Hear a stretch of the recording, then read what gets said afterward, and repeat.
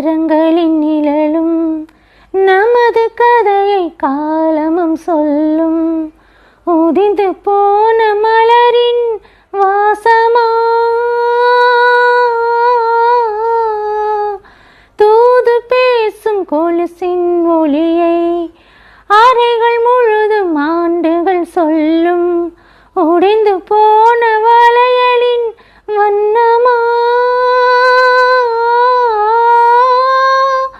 உள்ளங்கையில் வெப்பம் சேர்க்கும் விரல்கள் உந்தன் கையில் தோளில் சாய்ந்த கதைகள் பேச நமது விதியில் இல்லை முதல் கனவு முடியுமே காதலா.